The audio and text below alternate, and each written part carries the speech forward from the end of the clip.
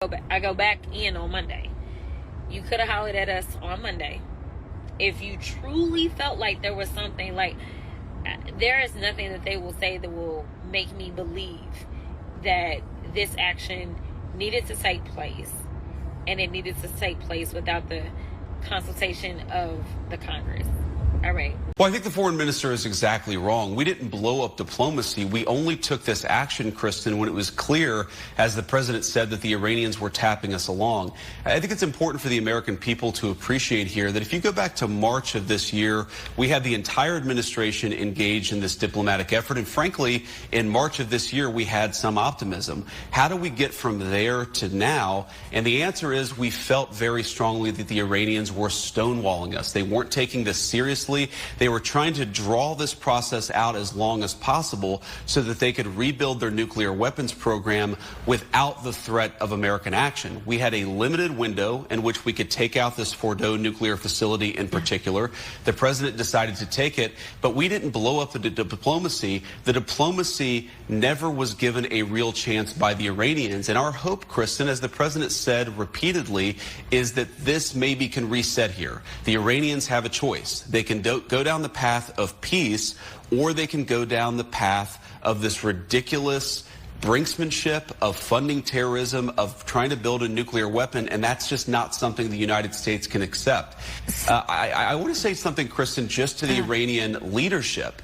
Look, they have tried to build a nuclear weapons program. That program is now destroyed. They tried to build a conventional missile program to attack neighbors in the region. That missile program has shown to be a failure. They have funded terrorism aggressively in the region, and now most of their terrorism proxies are destroyed. The Iranians are clearly not very good at war. Perhaps they should follow President Trump's lead and give peace a chance. If they're serious about it, I guarantee you the President of the United States is too. All right, guys. So we got to follow up on our coverage of the strikes on Iran. Okay, President Trump has decided that the U.S. would take matters into our own hands and try to destroy their nuclear facilities. Now, it is unclear whether or not the attack was successful. The United States, President Trump, they're claiming that it was successful, that their nuclear facilities have been destroyed.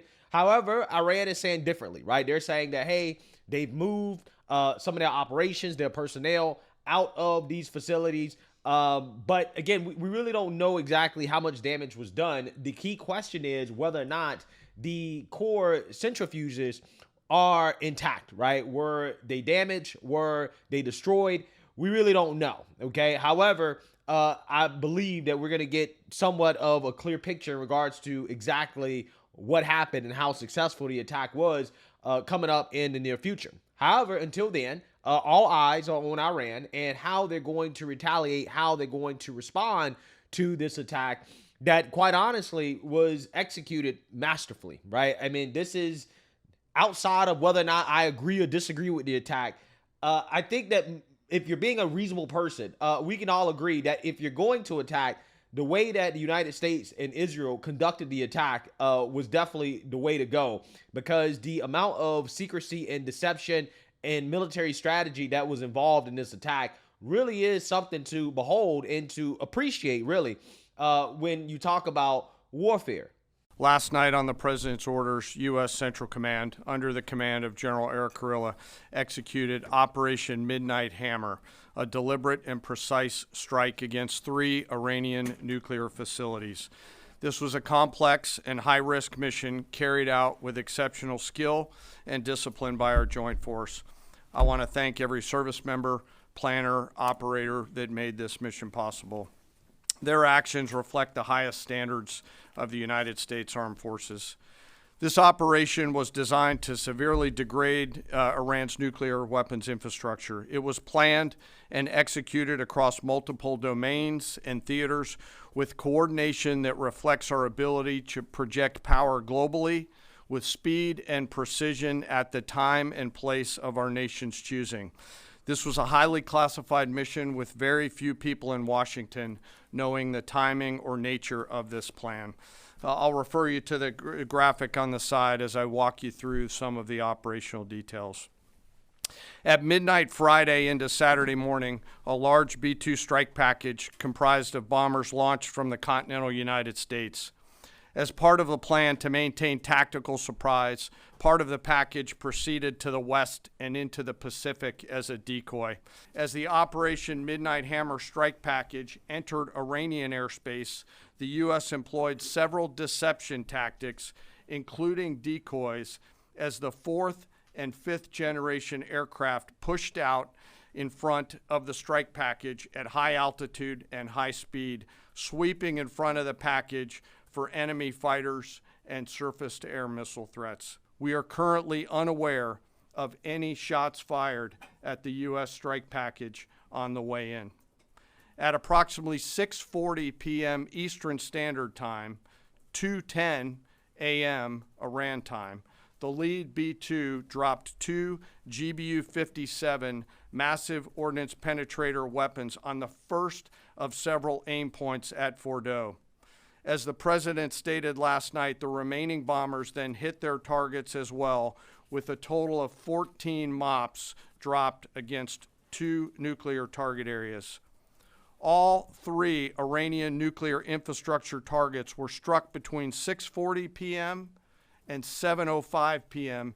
Eastern Time. Again, that's about 2:10 in the morning local time in Iran, with the Tomahawk missiles being the last to strike at Esfahan to ensure we retain the element of surprise throughout the operation. Following weapons release, the Midnight Hammer strike package exited Iranian airspace and the package began its return home. We are unaware of any shots fired at the package on the way out. Iran's fighters did not fly, and it appears that Iran's surface-to-air missile systems did not see us. Throughout the mission, we retained the element of surprise. Yeah, so again, you can disagree with this strike and still say, damn, that's pretty impressive, right? I'm actually kind of relieved that we have people in charge who are able to pull off these type of operations where you do not have any U.S. service members losing their lives, having one of their planes shot down, being trapped in Iran. This was executed beautifully, right? Including Israel and what they did leading up to this strike, taking out Iran's top military generals, their scientists, their intellectual capital, which is like basically cutting the head off of a snake. Now, Iran, they're going to struggle to replace those individuals. They're going to struggle to retaliate because Israel took out their ability to launch ballistic missiles, at least at the rate that they were before. And they honestly are struggling to defend themselves, right? I think that this strike and this whole operation over the past few weeks has really shown us how weak Iran is, which is what I said from the beginning of all this. And for whatever reason, it triggers people to hear the truth, which is that the United States of America, we're still the dominant military force on the planet. And countries like Iran, again, they can't really stand up to us. Russia's not jumping in. China's not jumping in. None of that stuff is happening, right? This is not going to be World War III, okay? Again, we're dealing with an opponent, an enemy that, for the most part, is weak militarily, right? Whether people like to admit it or not, I think that operation really proved that. I mean, they can't even defend their own airspace, right? They can't defend their own airspace. So with that being said, even MSNBC was in awe, right? Shock and awe at the execution of this attack, right? And of course, CNN, they also got a little reality check on the successful strike that was conducted by the Trump administration. Take a look. That just under 30 minutes here. Well, one, it went longer than I anticipated. But there are four things that jumped out at me. One, the level of secrecy of this mission. The fact that you had planes that flew from the continental United States. From Missouri, and flew for, I think it said, 18 hours with multiple refueling in the air. The second thing, what jumped out to me was just the execution of this massive plan involving the U.S. military, seemingly in multiple theaters. You know, this decoy you were talking about went to the Pacific to take away from what was happening the other way. The other thing that jumped out at me was that when the chairman of the Joint Chiefs said no Iranian planes flew and no shots were fired at any of the U.S. military jets, all of that to me is just from what they're telling us, is rather impressive. Donald Trump has been clear-eyed and full of resolve about the Iranian threat for 20 years. He has always said you can't have peace if Iran has a nuclear weapon. And I would also say that my observations of him over the last few months are that things are running quite smoothly over in the White House and at the Pentagon. Look what happened. The deception that was involved here, no leaks, the resolve, the precision, execution. We have a commander-in-chief right now who is decisive and who knows how to operate a government and operate a military operation with absolute precision. The level of deterrence that this will put throughout the world, that our enemies should be perceiving, is very, very high. This is a great day for this president, and it's a great day for the world because he's making us safe for Western civilization. Yeah. Again, all of that is going to depend on how Iran retaliates, okay? And again, this is what I discussed in my initial reaction to these strikes. But again, if they don't retaliate, I think that Scott Jennings is right. I think he has a point in the sense that the level of execution that you saw, right, in tandem with Israel and the United States, and you know, that level of execution suggests that this was a mutual thing, right? This is something that both countries have been practicing and coordinating for a long time, right? This is not something where you had one country wanting to do it and another country not wanting to do it. No, I don't think that's what was going on here. I think that both parties wanted to do this. And again, that's why we saw the execution the way that we did, right? We saw how Israel kind of took out Iran's defenses first and then just paved the way for us to come in later, right? Because they knew that that's what we were going to do because they were both acting in coordination, President Trump and Benjamin Netanyahu, right? That seems to be what happened here, okay? And yeah, I think a lot of people, again, are skeptical of this strike, and rightfully so, right? I have no issues with people who are skeptical. I'm skeptical, right? In the sense that I don't know what's going to happen as a result, right? I'm hoping for peace, okay? But a lot of people are asking questions about whether or not this was necessary, right? Does Iran really want a nuke? Okay, are they actually really trying to weaponize their uranium enrichment in order to build a nuke? Well, the levels in which they were enriching their uranium suggest that, hey, they at some point could have built a weapon. However, again, we don't know, okay? We don't know. And again, these are questions that are being asked to Trump administration officials, like, for example, Marco Rubio. And I want you guys to see his response. Take a look.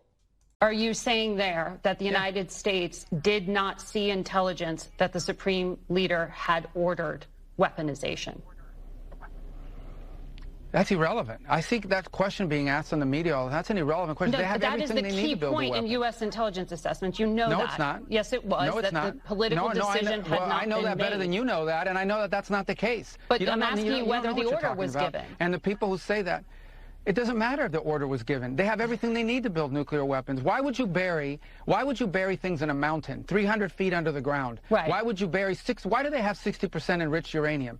You don't need 60% enriched uranium. The only countries in the world that have uranium at 60% are countries that have nuclear weapons.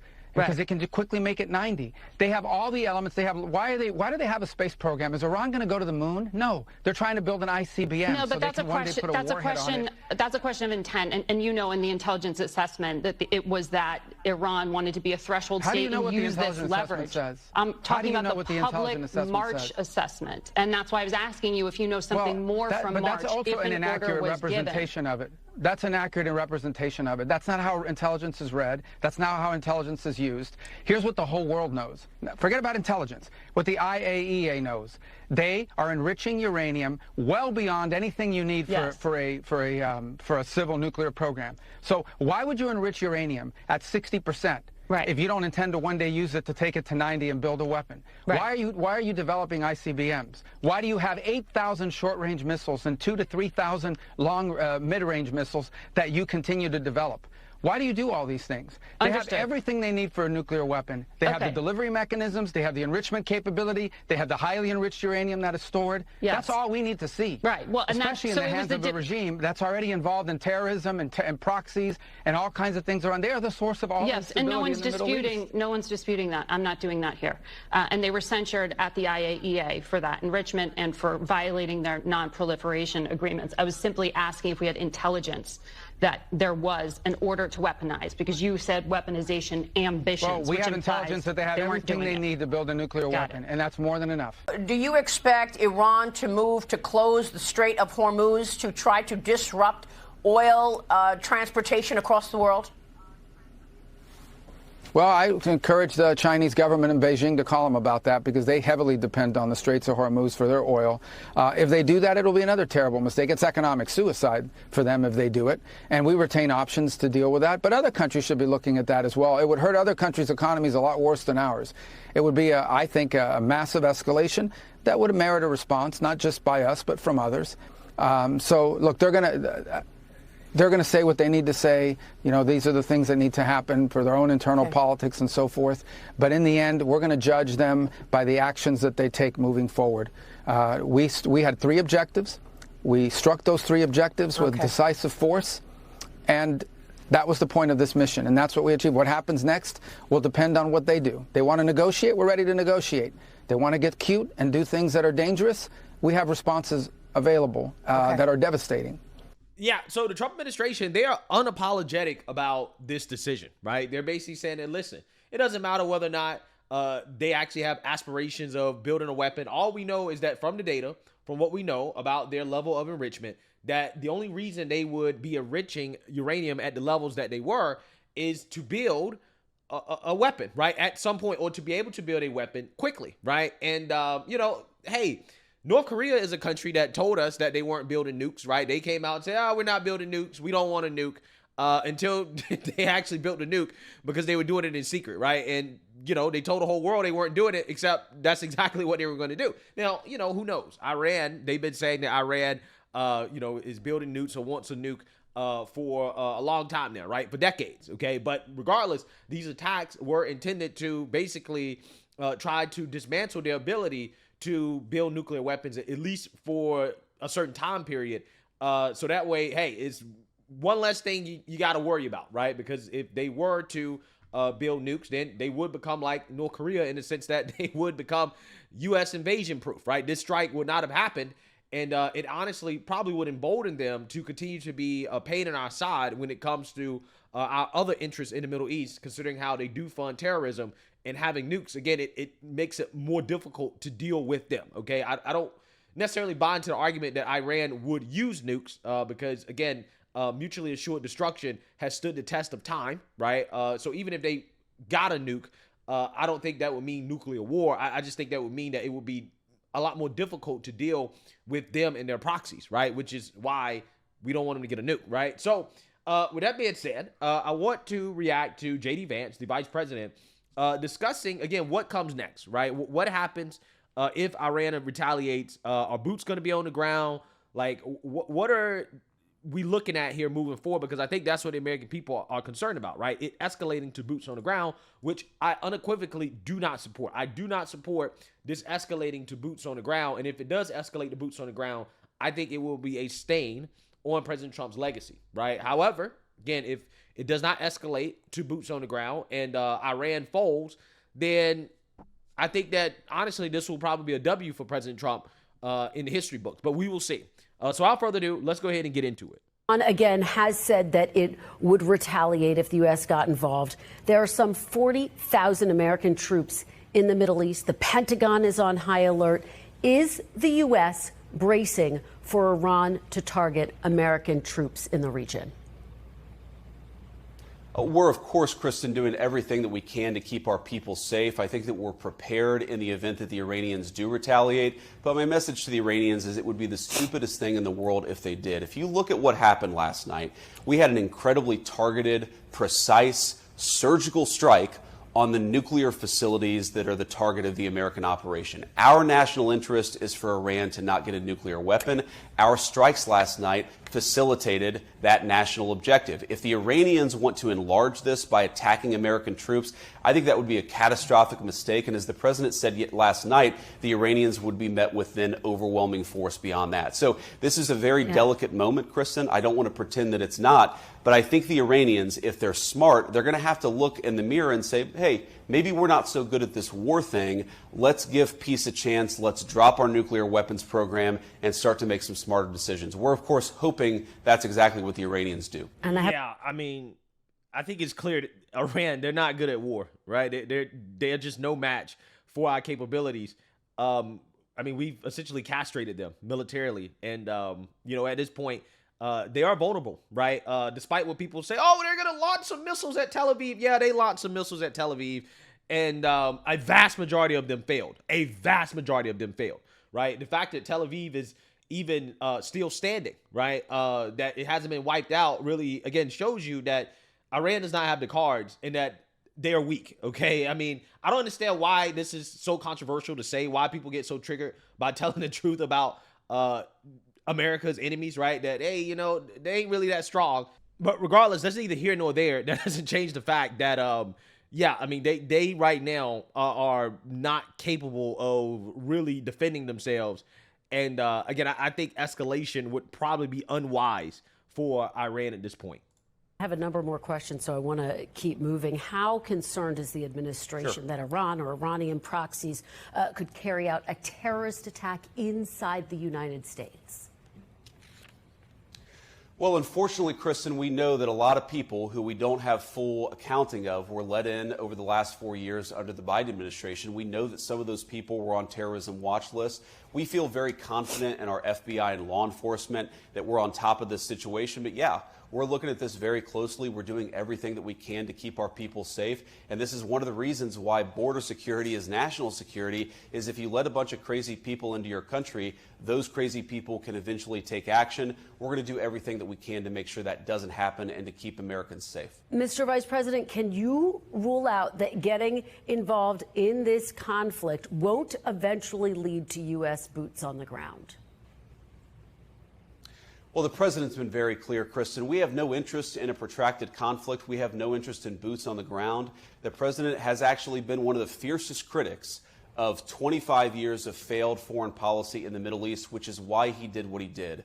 A very precise, a very surgical strike tailored to an American national interest. And that national interest is Iran cannot have a nuclear weapon. It would be a disaster for us and for our allies in the region. So I don't fear that this is going to become a protracted conflict, because I think that we have a president who knows what's in America's interest and is willing to do the things necessary to accomplish that interest. As you know, after an Iranian missile struck a hospital in Israel this week, Israel's defense minister said the Ayatollah, quote, can no longer be allowed to exist. Does the United States support Israel killing Iran's leader? Well, look, that's up to the Israelis, but our view has been very clear that we don't want a regime change. We do not want to protract this or build this out any more than it's already been built out. We want to end their nuclear program, and then we want to talk to the Iranians about a long-term settlement here. Wow. That is a very fascinating answer. So when asked about Israel, basically saying that they want to take out the Ayatollah, right, Iran's supreme leader, J.D. Vance says, well, that's up to them, right? That's up to them in regards to whether or not they want to do it. But we don't really want regime change. AKA what he's actually really saying, and this is just based off what we've seen over the last few weeks, is that, well, if they got to take them out, publicly we're going to say we don't support it. But if they do take them out, then it probably will be something that will be greenlit by the United States of America, right? In regards to, we will allow Israel to do our dirty work if we feel like it is necessary for it to be done. However, it's not something that we want to do, but if we feel like it's necessary and Israel wants to go ahead and do that, then we're not going to stop them. That is essentially what JD, I think, is really saying here, right? And again, that's the fascinating part about all of this, is that, again, I think we know that what they really want is regime change. And if there's not regime change, how can you trust the current regime to uphold their end of any deal, right? Because I think at this point, the dangerous part about this is that if the whole point of this is to prevent them from getting nuclear weapons, which, I don't think that's really the whole point of it, right? I don't think it's just that. But if that's the main reasoning behind it, then these strikes motivate them to get nukes in the future if they can, right? Again, because if they had nukes, this would not have happened. And if Iran was smart, right, they probably would try to get nuked. So moving forward, it almost seems like regime change has to happen in order to get trust in the government, right? I don't see how they can move forward with some type of deal with Iran without regime change, considering how, again, the current regime should, okay, if they were thinking logically, they should be more motivated to try to get nukes after these strikes. Because, again, if they had a nuke, this would not have happened, right? I mean, again, we all see how we have issues dealing with North Korea because they have nukes. Iran getting nukes could put them in that category where, again, stuff like this doesn't happen. So, again, it almost seems like at this point, regime change has to happen, or else we're risking, at least long term, Iran being more motivated to develop nuclear weapons. But again, we will see. We believe very strongly that there are two pathways. There's a pathway where Iran continues to fund terrorism, continues to try to build a nuclear program, attacks American troops. That's the bad pathway for Iran, and it will be met with overwhelming force. There's another pathway on the table here. There's a pathway where Iran integrates itself into the international community, stops funding terrorism, and stops trying to pursue a nuclear weapon. This is a reset. This is an opportunity for the Iranians to take the smart path. We certainly hope that they will. Couple more questions, and we're almost out of time. Director of National Intelligence Tulsi Gabbard said in March that, quote, Iran is not building a nuclear weapon. Democratic Senator Mark Warner, the vice chair of the Intelligence Committee, said he was briefed on Monday that, quote, the intelligence hasn't changed. So why launch this strike now? Has the intelligence changed, Mr. Vice President? Well, a couple of things about that, Kristen. So what Tulsi said back in March is that Iran was producing highly enriched uranium that was only consistent with them wanting to build a nuclear weapon. There's, of course, an open question about whether they were weeks away, whether they were months away, but they were way too close to a nuclear weapon for the comfort of the President of the United States, which is why he took this action. Now, there's another element here, too, Kristen, which is that we had a narrow window of opportunity. We might not have been able to carry out this attack 6 months down the road. And so when you recognize, on the one hand, the Iranians are trying to get a nuclear weapon, and on the other hand, we have a narrow window in which we can set that program back a very long time, it would have been irresponsible, I think, for the president not to take the action that he did, which is why Fordo was destroyed last night. And just to be very clear, did the president say go based on U.S. intelligence or Israeli intelligence? Well, of course, we share intelligence with a lot of agencies, British, Israeli, and so forth, but it was our intelligence that motivated us to act. And I think on the intelligence, Kristen, the thing that I would really emphasize is the way in which the Iranians seem to be stonewalling us. That was not, by the way, our consensus back in March of this year. We saw the Iranians making some concessions. We thought the conversations were actually productive. By mid-May, everybody in our intelligence community and the president's senior team looked at ourselves and said, the Iranians are not being serious. They're no longer making concessions. They're no longer actually responding to some of the offers that we're making. If you believe, as we did, that the Iranians are rushing towards a nuclear weapons program while simultaneously refusing to negotiate, how could we do anything but take serious action against this program? Do you and President Trump trust the U.S. intelligence community and its assessments? Oh, of course we trust our intelligence community, but we also trust our instincts. And most importantly, we trust what the intelligence was telling us about the Iranians stonewalling the negotiation. I think that is really the hidden story here, and something the media has got to report a little bit more here, is that the Iranians stopped negotiating in good faith. That was the real catalyst, I think, to what the president ultimately decided to do. If we were having a productive negotiation, I think that this could have gone in a much different pathway. Unfortunately, the Iranians decided to stonewall us, and we saw the consequences of that last night. So this from JD directly contradicts people coming out here and saying that, oh, well, you know, Israel ruined the negotiations. Again, I don't think that's actually what happened, right? I think Israel was just a part of the process of doing what the president felt like he had to do, right? With Iran not negotiating in good faith, right? And, you know, I mean, again, JD is basically indicating that, this was not about, you know, Israel ruining negotiations. It was about the fact that Iran was ruining negotiations. And we said, okay, well, we just got to do what we got to do, right? And there you have it. I mean, again, how Iran responds is going to be fascinating. What happens after this is going to be fascinating.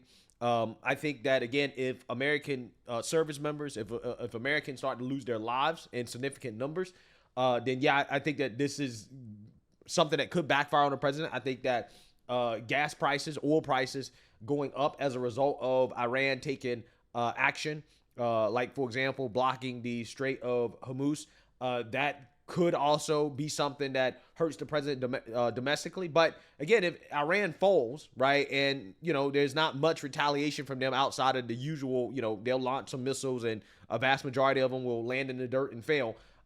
If there's not much retaliation outside of that and, they ultimately get what they want, then it will be a massive W. But we just don't know, right? We don't know. And we just got to wait and see. So let me know what you guys think. Make sure you like, comment, and subscribe. Most importantly, share a Black conservative perspective. Peace.